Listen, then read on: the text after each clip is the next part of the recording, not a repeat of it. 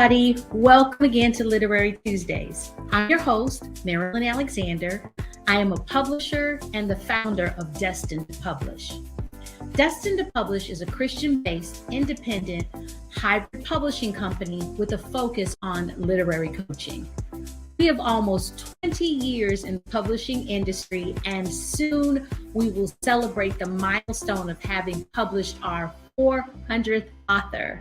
And our authors are both nationally and abroad. Our goal is to take each and every one of those authors by the hand and walk them step by step along their publishing journey.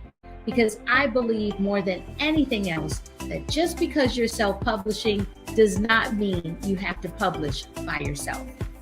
And so we are in the second Tuesday of March. Happy Tuesday. And in this month of March, I wanted to focus on just really good books to read. And today is like none other because I got to have a conversation with our author, Keith Wilson. His book is called Just Looking Out of the Window. And I promise you, you're going to be in for a treat because there's a bit of nostalgia that you'll experience as you read this book. So take a listen to our conversation. Okay. Hi, Keith. Hi, how are you, Marilyn? I am well. How are you today? I'm doing great. Glad to see you. Glad to see you as well. I am so excited to have you as a part of our Destined to Publish family and now Literary Tuesdays. So I've been waiting for this interview for quite some time. Well, I'm excited. So let's jump right in. Tell our audience a little bit of something about Keith Wilson. Keith Wilson is essentially somebody born and raised in Chicago. You, like anybody who's born in that city, understand that being someone that grew up, especially where I did on the South Side, it's something about growing up in that part of the city that changes you forever. So though I am currently a bedroom suburbanite living in Frankfort, Illinois, Chicago is my heart, and it's just hard to leave that part of my soul behind. Absolutely. And so now you are. What is your current occupation? I am a general dentist out here in the South suburban streets. And are you liking dentistry? I don't like dentists. Sorry, I love you, but well. May will make my 25th year as a dentist. I graduated in May of 1997, so I'm very proud. Congratulations! Yeah, nearly a quarter of a century, so I'm very proud. That is amazing, amazing. Well, let's jump right into Just Looking Out of the Window. Yeah. So, I am going to just start off because I think I told you once before that I cannot read this title and not have a theme song ringing through my head for the rest of the day. So tell our audience about your title, Just Looking Out of the Window. Just Looking Out of the Window is actually, as most people who've ever seen the show Good Times can remember, are from the closing credits. What's interesting is people often remember the opening credits of Good Times. So these are actually the words in the closing credits. And I actually chose these words specifically because that actually symbolizes the end of the show, but is the beginning of a journey. And for me, this was the beginning of a journey. And I just, it's funny that you mentioned music. Music to me is something that draws something in your mind that you can see. Yes. And my title, I wanted to do that with my title. Well, I love that. And I love that it is a nostalgia. It is definitely nostalgic, but it does not denote it, or it does not only, it represents Chicago, but does not only represent Chicago, right. Which is really, really cool in that anybody picking up this book can feel themselves as a part of your story, or can identify with the different stories that you tell, because I'm just going to jump into this part. The book is a nonfiction. It's a nonfiction, I like to call it a nonfiction journal, or I'm sorry, nonfiction novel. But it could have been told in a fictional way Mm-hmm. because of the way that you craft your stories. It could have been partially fiction. It could have, but you chose to have this as a nonfiction novel. Mm-hmm. Why did you make that decision? One, because you have to tell your soul, sort of, and then Mm-hmm. two, how has your family kind of received the stories that you told? Well, the interesting thing about this book, it was not planned to be a book. This was initially a project that me and my mother, who passed away a couple years ago, were working on prior. My mother is from a very large family out of Fayetteville, Tennessee, and also the Nashville, Tennessee area. And she had 12 siblings, and we had very large families, as you can imagine, lots of stories, lots of adventures. So my mother always wanted myself, my two siblings to know our family. So one of the things that the objectives of the original thing that my mother and I were working on was to do kind of a family history. So we were going to do a story of each of the 13 siblings, and basically it was going to be something that we were going to give out at a reunion. And it just became, it was weird, because after my mom passed away, I really kind of didn't want to do that anymore, but I still wanted to share my personal family story, the story of my mom and my dad, my two sisters growing up, and it just grew into a book. And so, with that, some of the stories that you tell, Mm-hmm. I guess I want to say, what was your favorite story to tell? um, my favorite story, my family, my mom and dad were big, again, as I mentioned, on family. So we spent a lot of summers, I should say my sisters and I spent a lot of summers going back to Nashville, Tennessee, where my parents basically were raised. And we spent a lot of time with our extended family down there. And so there was always, this whole deal at the end, the end of the school year, we pack up the car and go to Nashville, and they drop us off, leave us down there for like 3 or 4 months, and come back for the next school year. And one of the favorite stories is, it's not titled this, but I call it the Cat Caper. It's a story where, when one of these summers when we were down in, I stayed down in Nashville, I had gotten really, I wanted a pet cat. And my dad is the type of person who didn't really like animals.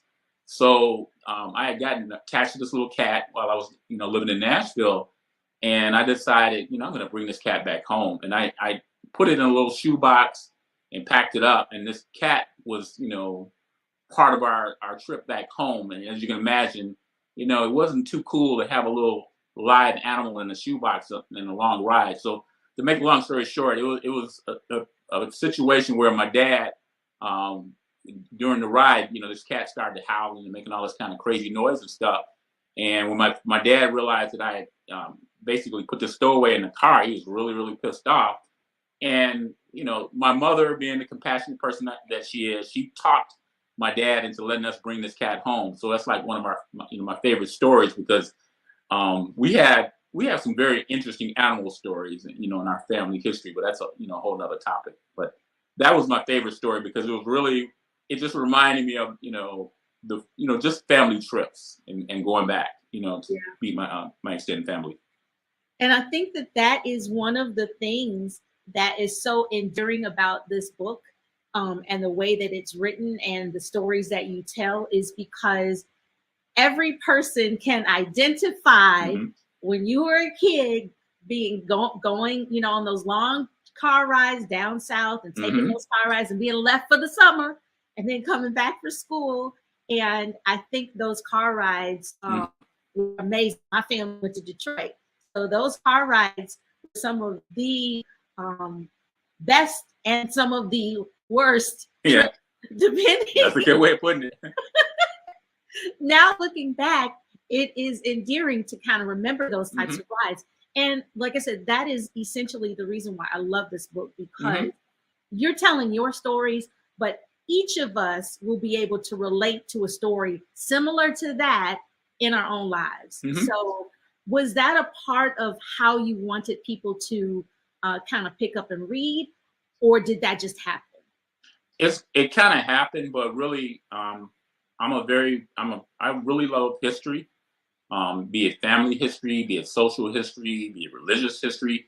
And I think when I think about, just like you were talking about the commonality of you going back to Detroit, that going down south is it's like a black experience that I don't know if it happens much anymore. I mean, it's that whole point of, you may live up in Chicago, but you have these, relatives in Mississippi, or in your case, Detroit or whatever, and they want you to really kind of learn about each other. Yeah. And I think it's just part of that, it's a tradition that, for me, it captures a certain point, period of time. Like, again, I don't think this stuff happens anymore. I don't hear many stories about friends talking about, oh, I send my kids send them to the South or whatever. It's usually to some camp or something like that. So I just think it's a part of our history as Black people, in particular, those of us who grew up in the North, where, we still try to remain, still try to maintain some kind of connection with family.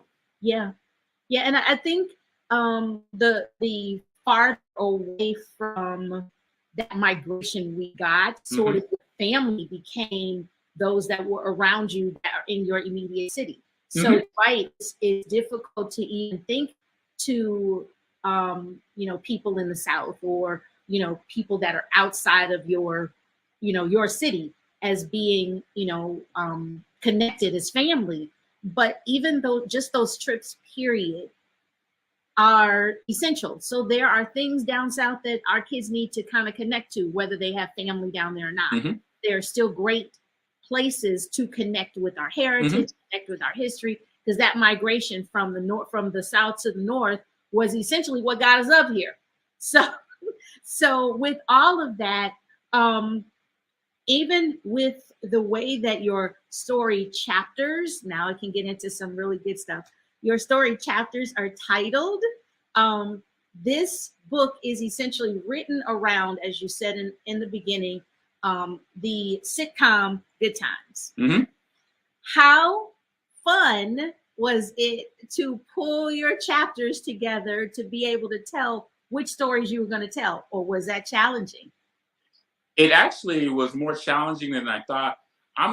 Good Times is a show that I have seen every episode, countless times. I can quote, virtually anything that happened on the show, characters, situations. And what was crazy for me was, the way I started off writing it to make this into a book was, I just wrote down a bunch of stories or chapters, like little vignettes. I would think about something that I experienced growing up. I would write it down. And then how the Good Times thing even came into being was, I was like, well, that's kind of boring to just say, oh, in 1973, we went on a car trip, and then, 19 whatever, this happened or whatever. So as I was kind of thinking through how I wanted to tell my story, and that's the thing, a book and a story are two different things. I wanted to tell a story, but I also wanted it to be a good book. So as I was thinking about how to organize these different adventures, as I'll call them, it was weird because I just started thinking about the show Good Times, and how a lot of the situations that my family went through were similar to those on the show. So the actual titles of each chapter are actually, with a couple exceptions, are titles of an actual episode from Good Times. Yes. And what I found was, in order to help me remember dates, I could remember that show so well that I could remember pretty much what my family was doing during that time. Wow. What was going on at that time. So what I did was I would look up the episode, off of Google to find out what the actual date was. I knew the title, and I remember what the particular, episode was about, and I just tied the two together that way. And it was just kind of crazy because it turned out to be, I think, a pretty good story. Absolutely. And that is what I think, it makes this book so inviting, so interesting, because like I said, we all know, well, okay, those of us back in those times where we sat the family down, and Good Times was one of the television shows that our entire family watched together. And so having these stories brought to life, and then taking the titles of those episodes and putting them to a story that's different. As a family, as an individual reading this book, it brought so much joy. It was kind of hilarious in the fact that I was remembering some of these titles, and then trying to then remember the episode, and then correlating that episode to what exactly was happening in the book, it brought a different level of connection. Mm-hmm.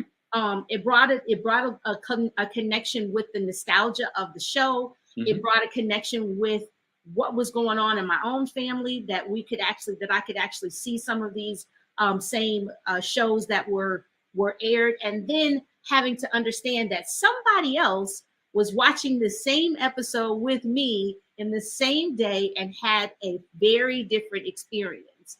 So how then, as the author, how then is it that you have been able to kind of take this story, Mm-hmm. tell the story, and then now promote it to other people, to say that, because not all of us had those experiences. Mm-hmm. How has it been received on the opposite side of that?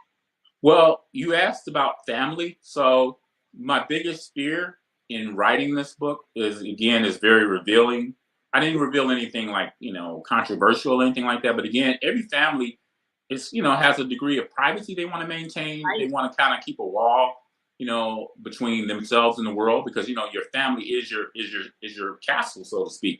So as I was writing the book, I actually consulted with friends, that some of them that are in the book, consulted with family members, and then after before I actually released the book, the first critic was my dad. My dad was the first person who gave him the draft before I even gave it to you to publish. My dad look at it and I say, "Hey, Dad, this is stuff that I'm writing, and this is about us, and it's about family, and I just want to make sure that you're good with that." And once my dad reassured me, because at that point my mom had already passed away. Right. So once my dad reassured me he was okay with it, and I started telling people, "Hey, I got this book coming out.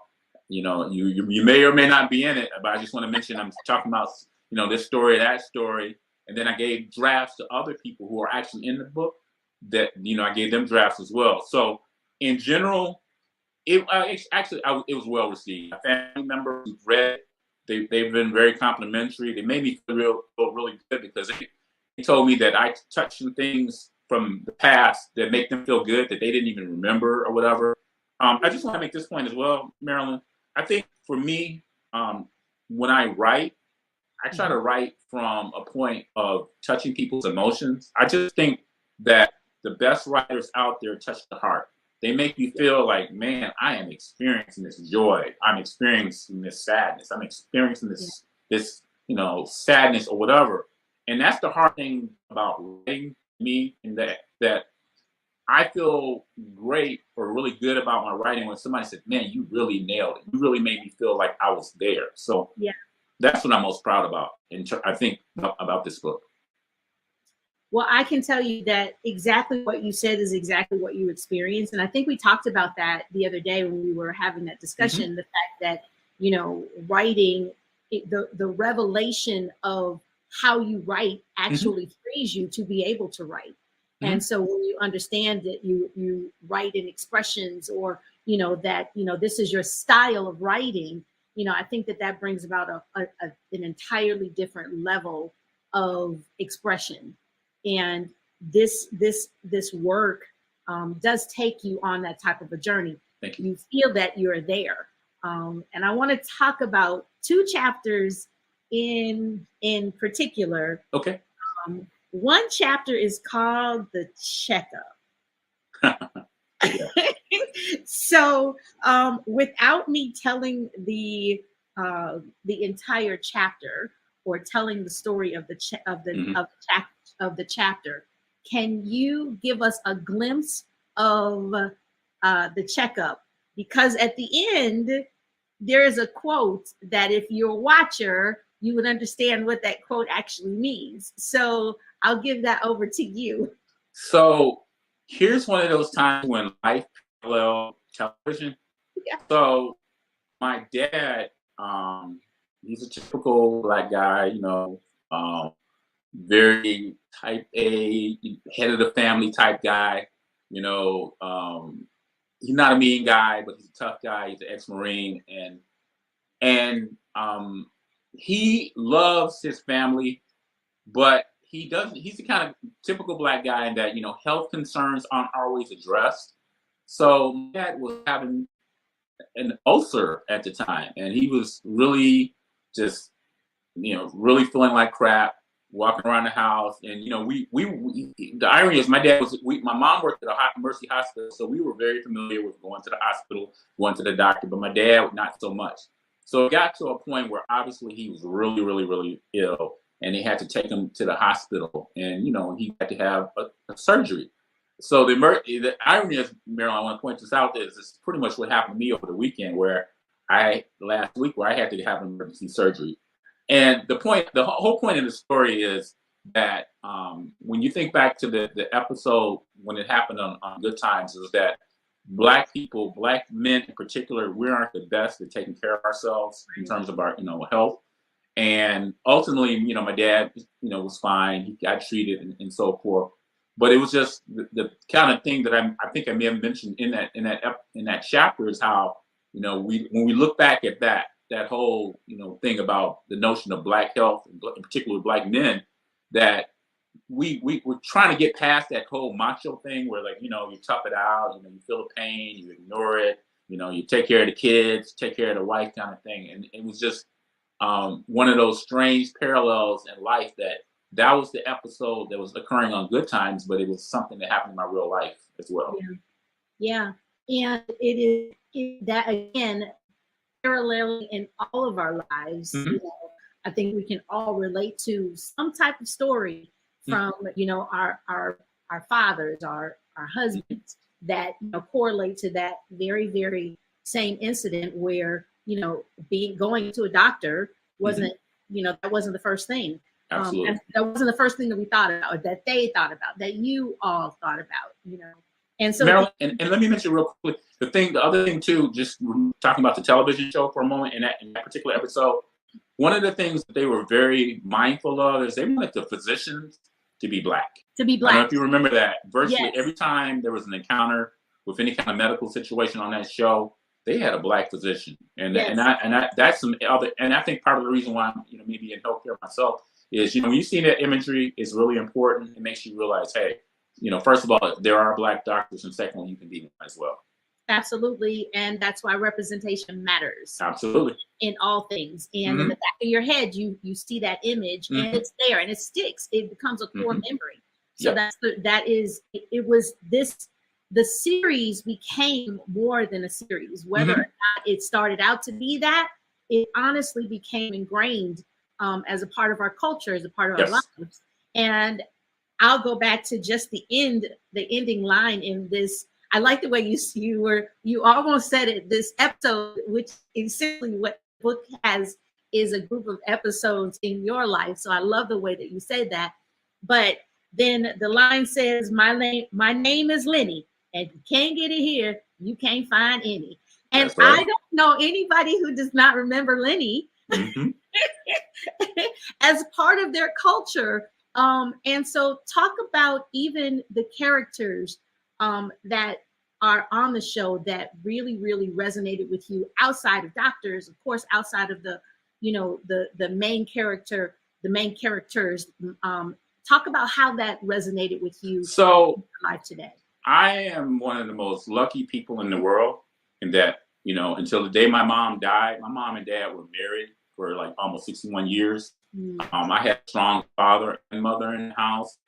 But that being said, I grew up in a situation where the neighborhood was a part of the situation, as part of your family, so to speak. So when you think of characters, it might be the lady around the corner.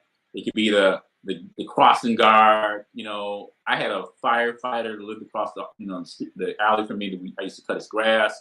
So Good Times was the same in that they had really great character development to make sure that people understood that the life of a Black person is not always, it's really complicated, and there are a lot of people who help us to become successful. So whether you think about, unfortunately, I don't know if you know this, but Johnny Brown played Bookman. He just died. He just passed. Yes.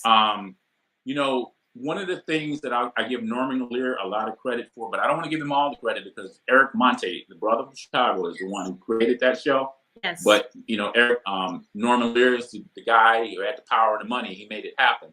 For instance, Johnny Brown, he's a guy that a lot of people know, remember Miss Bookman, Buffalo Bud, ha ha ha. But if you think about like his character development, I mean, there was a very serious, episode where he talked about cancer, having cancer. He talked about being adopted. So he was more than like some little, funny guy that, they made fun of for being a little overweight or whatever. He was somebody that added contour and context to Black life. Because again, people want to think we are all run around dancing and happy and all of that stuff, but there's some sad times and tough times in our life. And one other thing I want to mention about him, this is exactly the kind of thing I will give Norman Liv this credit for in terms of genius when he briefs these characters. Many people don't know that, but Johnny Brown was a Broadway actor. Yes. Johnny Brown actually worked with Sammy Davis Jr., who was like his mentor. Sammy Davis Jr. actually helped to get him to Broadway. He worked with John Wayne. He worked with, a lot of famous people. And if you remember on the show, he was singing, he did these imitations and dancing. I mean, that guy was like Sammy Davis Jr. in that he could do it all. He could sing, he could dance, he could do comedy. So my point being that, we all have those kind of characters. And I don't mean to make a character of a character, but we have people in our lives who perform roles. I mean, whether it be the coach at the team, the football team, or the scoutmaster or whatever. We all have these people, I think, if you look back over the course of your life, who help make your life better. And that's the thing that I want to stress, that when I look at character development, of course, everybody remembers Penny, the little ex, orphan. She wasn't really an orphan, but her mom. But anyway, we know her story, how she came to be, and how they brought that character into the show that, Black people adopt. We do foster. We do all of this kind of stuff. So the thing that I think is a shame is like when people look back at this show and other shows like it, people forget this was the 70s. You know what I'm saying? We were lucky to even be on a television show. Yes. Bill Cosby, I don't want to talk about his failings, but he was the biggest thing on television. Yes. And outside of him, Diane Carroll and a few other people, most of the imagery that you saw on television was, just stuff that, the butler, the maid, nothing wrong with those things because they provide honor to their family. But this show introduced the world to the fact that the Black family is like every other family. And that's why I think I felt very comfortable allowing their parallels and their stories parallel my life, because we only lived in the projects a short time, but anybody who's lived in the projects even a short time, it's just like living in Chicago. It does something to you. You're never the same. So I'm very proud of that. No, I am exactly as you say. The life of these characters so mirrored ours, whether we understood it as children or not. Mm-hmm. So coming up, you can look back at that and you can see the different characters and the different issues that were brought to life that weren't talked about, at that time. You bring up Penny and the fact that, how she came in with adoption, but she also came in as a form of child abuse. So they brought a lot of different, but they brought many social issues to light, during these times, and the way that this one family actually dealt with those issues. I want to lighten up just a little bit, because I think one episode in your book, everybody will remember, and that is Black Jesus. Yes. So I would be remiss without allowing you to just express to us the story or the episode behind the story of Black Jesus. So I'm probably like a unicorn of Black Christians, in that I'm a Black Catholic living in Chicago, whose parents, neither one of them were Catholic. So as I mentioned, as a part of those experiences going down south, you cannot go down south without being in somebody's church. It's the way it works down there. It's like, lunch, church, and something else. And so when I was growing up, my mom, my dad's folks were Baptists, My mom's people were a combination of Seventh-day Adventists and Episcopalian, or I believe, or I can't remember. And so, as you can imagine, going down south was just a joy, because as a person growing up in now by this time we had become Catholic, and I got the whole like 1 hour church deal. You get in, you get out. Not a whole lot of noise. No fuss, no muss. Hey man, I could time my days by math. I knew I would be there all day, but then here come the summer. So every summer I'm going down to these southern churches, Bible Christian school, and summer, revivals, kids revivals.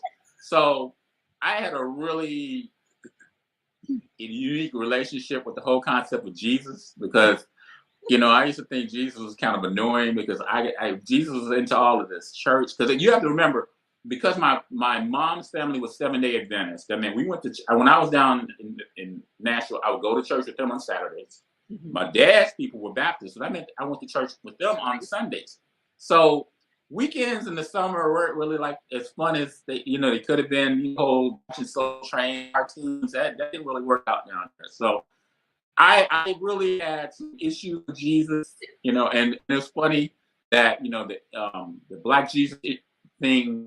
The whole point of that was because I've been going to Catholic churches, and most of the imagery I'd seen it to that point white, and that's where I spent most of my time. Was obviously I'm in Chicago, but what helped me is being in those southern churches, basically helped enriching my Christian faith and enriching my Christian experience. Yes. So the whole notion of Black Jesus was kind of funny, because I remember when it came on television, and I was like, okay, you know what, Jesus Black is probably kind of cool. So, all right, even though I'm Catholic, I'm gonna roll with this Black Jesus thing. So it was just something that just came kind of.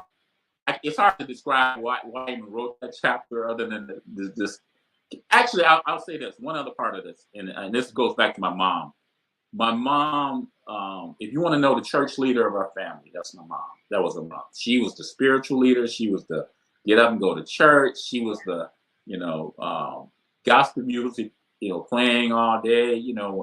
She was the Jubilee Showcase players, on Channel 9. Yes. That was Mom. And Mom was very much the director of our Christian faith. And sometimes Mom, my mother, I think my early relationship, sometimes I think I would just stay and do things just to annoy her. And I remember, and this is really going to sound bad, but Mom hated that whole idea of the Black Jesus. The episode, thing. Yes. She hated it. She was like, because she, like everybody else, has the blue-eyed Jesus in the house. And I used to use that, like, hey, Mom, Jesus is Black. So, and that would kind of annoy her. But, she got over it in time and stuff. But when I was writing that chapter, it was kind of a tongue-in-cheek thing to kind of, poke a little fun at my mom's, faith, who by all accounts, my mom was a very faithful woman. So, yes.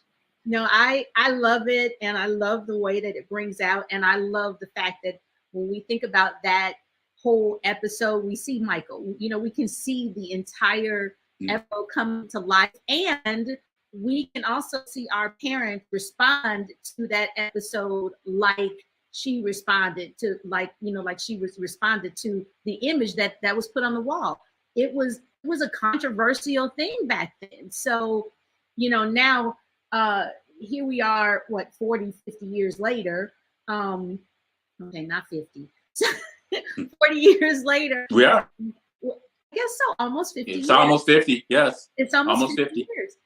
And the revelation of just things that have come to pass, so we can look back and say, wow, it was groundbreaking in so many different levels. And Marilyn, it's ironic you use the word revelation, because that is in Revelations that description of Jesus comes from. And again, I just want to stress this real quick. That's the irony about us, and I say us as Black Christians, because a lot of Black Christians don't even read that particular part of the text and realize, because if you think about the Middle East, it would be virtually impossible for Jesus to be white, period, in a sense. Right. That's just okay. We can go down that rabbit hole a whole lot more. But I know that this half an hour, we're past our half hour. I knew that this was going to go really, really fast. But I would be remiss if I did not talk about your chapter 21, After the Window Breaks. Mm-hmm. And in reading that chapter, bringing us to where you were in, a very difficult part in your life, I felt it, and I know every reader will feel it. But I also want to, if you could, relate that to legacy, because I feel like that part of this entire novel is a legacy. It began with your mom. It ended with your mom, and legacy really is something that I think that we don't have to reach far to see, or even reach outside of our family to connect to history. Do you know what I mean? So how has this, how do you think this will build legacy? And how can you speak to other people in writing their legacy and in touching on just things that they might not think is important because it's just their family?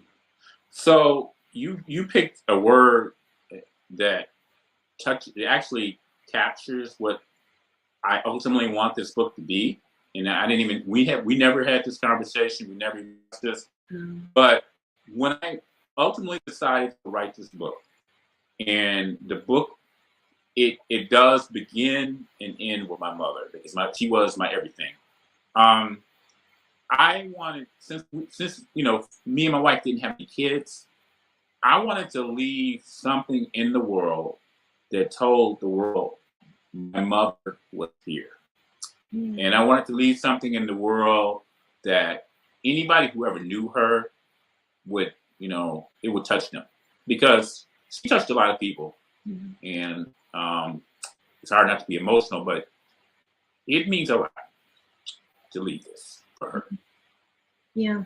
And you feel that, even in the last chapter, and, in the part of the last chapter where your last lines even talk about the scene closing, the curtains drawing, you feel that, and the music, Earth, Wind, Fire, that's the way of the world. Yeah. You honestly feel that. And I think that, like I said, as a people, we have so many stories, and you don't have to look far for mentors, for legacy, for, we just have to stop thinking of them as being just regular people, and understand that they are the people that shaped our lives. Well, Marilyn, let me just say this, and I think this is really important to the point that you asked me about other people, and maybe thinking about their story, thinking about writing their story. My whole thing is just do it. I used to journal. I used to take pictures all the time of stuff just to remember it. Everybody has a story. It's not. I don't know if I don't want to say everybody has a book in them, but I think you probably could if you really worked with the right people destined to be published. But anyway, I really believe that Black history is so undervalued, underreported, underdiscovered in this world. We are America. We've been here the whole time this country has been in existence, and even before.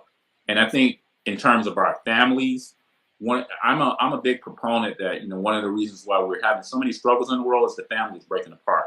And I think that if people have had a greater knowledge of themselves, of their families, of where it came from, because every family has these stories. I mean, I have friends that could write this book about themselves, and I just think that we all need to settle down and just make sure that, even if it's just as simple as keeping a photo album and keeping that, and making sure that somebody gets that photo album after the family you die or whatever. Because again, I was able to write so much of this story from pictures. Yeah. From stuff that my mom had all these little Ziploc bags or court cards, and I didn't remember all these dates, but the other reason I chose Good Times, because again, like I said, I could draw from my memory those times, and then I can remember what was happening because of the music, what Yeah. was happening because of what I saw on television and stuff. So I definitely encourage people to write. And I know you're going to bring it up yourself, but I'll say it. I'll promote you. You have this cohort coming up. You Yes. really are great. I mean, people who are here who are thinking about writing, Marilyn Alexander is a great partner. I had never written a book before. I plan to write some more. And I think if you have any kind of inkling of, you want to write something that's meaningful, just do it, and your voice will be heard. Yes, absolutely. And I am so very, very proud that we were able to walk with you on this journey. Sure. And it means so much to me because, just looking out of the window is not just your history, it's ours. And so I do want to, just go ahead. Our spring cohort, as you said, is coming up in 2 weeks. And if you're ready to write your story and you don't know where to start here. Start with Destined to Publish. We can help you pull the story from your mind and get it onto the page so that you can tell your story and so that you will be able to leave a legacy. And like you, Keith, this is your legacy, but it's also your mom's legacy. Absolutely. And that's the reason why it means so very much. So if you're ready to write and you're ready to tell your story, go over to destinedtopublish.com. Click on that Let's Talk link and let's talk. Let's schedule a conversation so that we can get you on your path to publishing and you can have your book in someone's hand before the holiday season. So if you're ready to do it, we're ready to help. Thank you so much, Keith. And find Just Looking Out of the Window on Amazon.com. You will be amazed at the stories. You will laugh, you will cry. I promise you, it is a read that you will not want to put down. So I will be talking to you soon, Keith. And for Literary Tuesdays, I'm your host, Marilyn Alexander, and I will see you next Tuesday with another wonderful novel as we highlight just really good reads in the month of March. Have a good day. Bye-bye. Thank you. Bye-bye.